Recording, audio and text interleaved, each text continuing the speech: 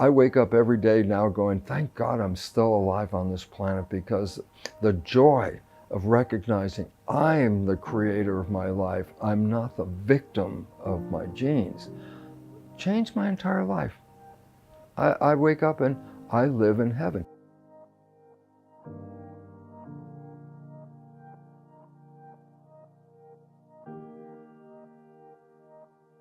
Hello, my name is Mariko Pitts, the core synergist of the Holo movement. It's a pleasure to be with you all. My passion and purpose in life is to embody more love on the planet.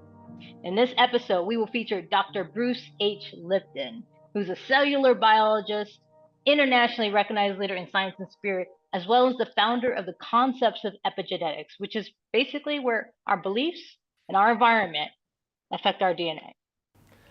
My life originally was going into the world of biology and nature, and that led me actually to be a professor in a medical school. And my purpose in that medical school was to awaken people to the nature of the human body and its wonders and its mechanisms, and how fabulous it is to have this body in our world.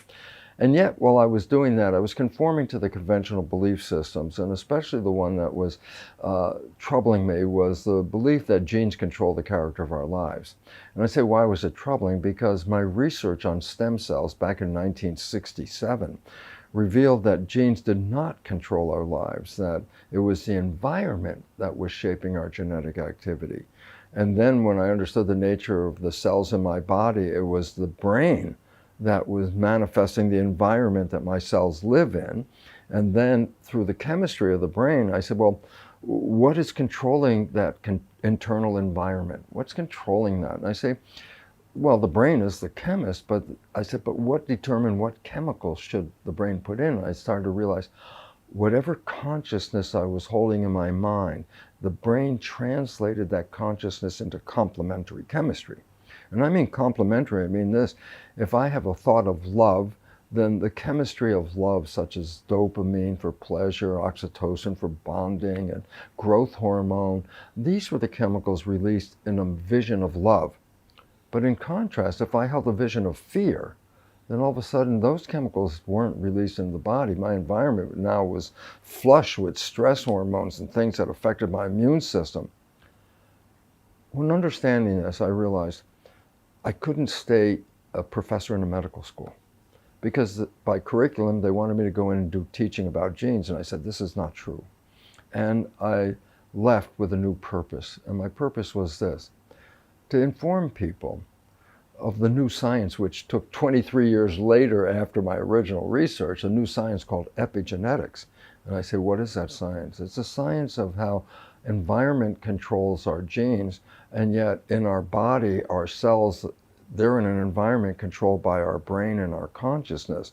I wanted to wake people up, because I woke up. My life completely changed. If you really ask me, I have two distinct lives on this planet: before the awareness of epigenetics and after the awareness of epigenetics. And what's different? Before the awareness of epigenetics, we were victims. Heredity. I didn't pick the genes, they controlled me, they turned on and off. I was just a walking victim of blueprints that were given to me at the moment of conception. After epigenetics, the whole thing turned around and said, no, I'm not a victim of the genes, I'm a master of the genes. Then I had to say, well, if I'm controlling my genes, which control my behavior, then how come my life wasn't so good? And I started to realize, oh, behaviors that I learned during the first 7 years of my life, the programming part, were not supporting that. And then the result led me to, how can I change those? And I understood in nature, and I was introduced by friends to ways of changing those belief systems. So I actively changed those belief systems, and immediately, my life became totally different. So different that I wake up every day now going, thank God I'm still alive on this planet, because the joy of recognizing I am the creator of my life, I'm not the victim of my genes, changed my entire life. I wake up and I live in heaven. Even in the middle of all crazy people, I'm not buying into their world. I buy my own world. And I love it, because I've become independent to that extent that I can create my wishes, my desires. And my life has been wonderful. And what's the point? well, if my life is so wonderful because I understood the science, then I realized, what if all the people around me were experiencing the same wonderful life? And I go, well, then it wouldn't just me having an experience of my personal heaven on earth, then the whole planet could experience heaven on earth.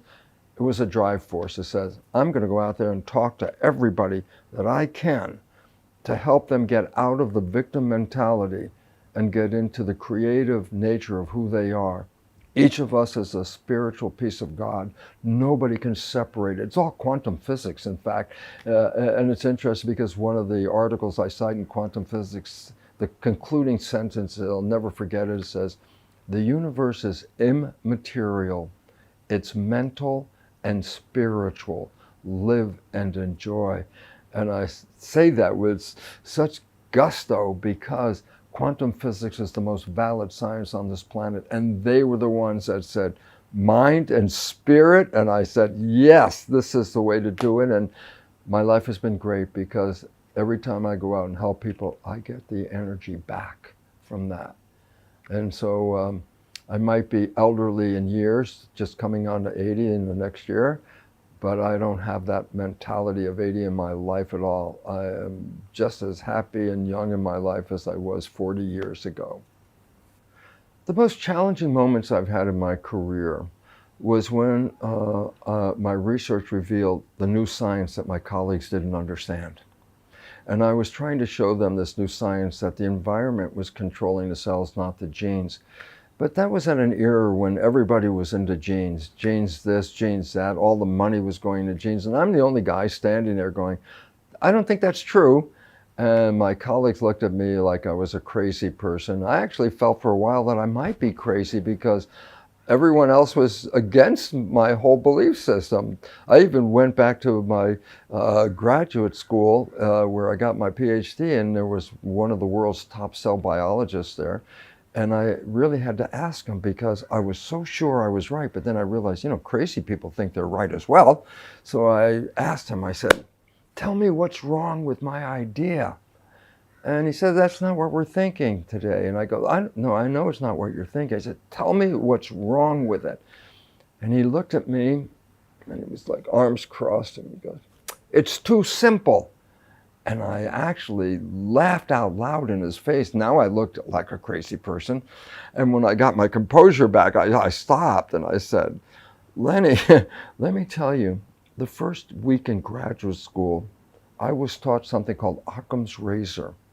Occam's razor is a philosophy that says the simplest hypothesis is the best hypothesis and should be considered before all others. And I said, if you think it's too simple, I want to thank you for that, because I believe it is as well.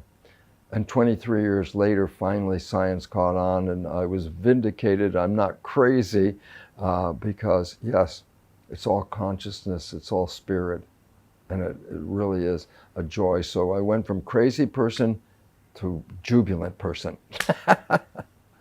The most important advice I can offer people to get out of the conventional world that they're living in and start to move into the world that I've been living in myself is to wake them to the fact that their creative mind is the conscious mind, is not really offering the life that they want. Creative conscious mind is the one with wishes and desires and aspirations. I say you're not operating from that mind, you're operating from programmed mind, which is in the subconscious. And when I can try to give them that story, because the problem is this, why, if I have a conscious mind, why am I not using that? The number is 5% actually. That's how much of our life from that creative mind. Why only 5%? And the answer is the conscious mind can do two things. It can look out the eyes and then navigate us through the world. Or the conscious mind can think. I say, oh, well then the eyes are not looking out because when we're thinking, it's looking in. That is the monkey wrench for people. I say, what do you mean? I say, they don't realize that the moment they're thinking, which is 95% of the day, their behavior is now taken over by their subconscious program. It's the autopilot. So if I'm driving a car and I'm thinking, then my conscious mind's not looking out the window. I'm in thought. And I say, but somebody's driving the car. I go, the subconscious, it's a program. Subconscious is habits. I go, the big issue is this. People do not realize that the behavior they're playing most of the day is not who they are. that they're playing a program, and they themselves don't see it. And the reason is simply this: because they're not paying attention, because their conscious mind is looking inside. And all of a sudden, they're not living the lives they want. They're living the lives they've been programmed to live.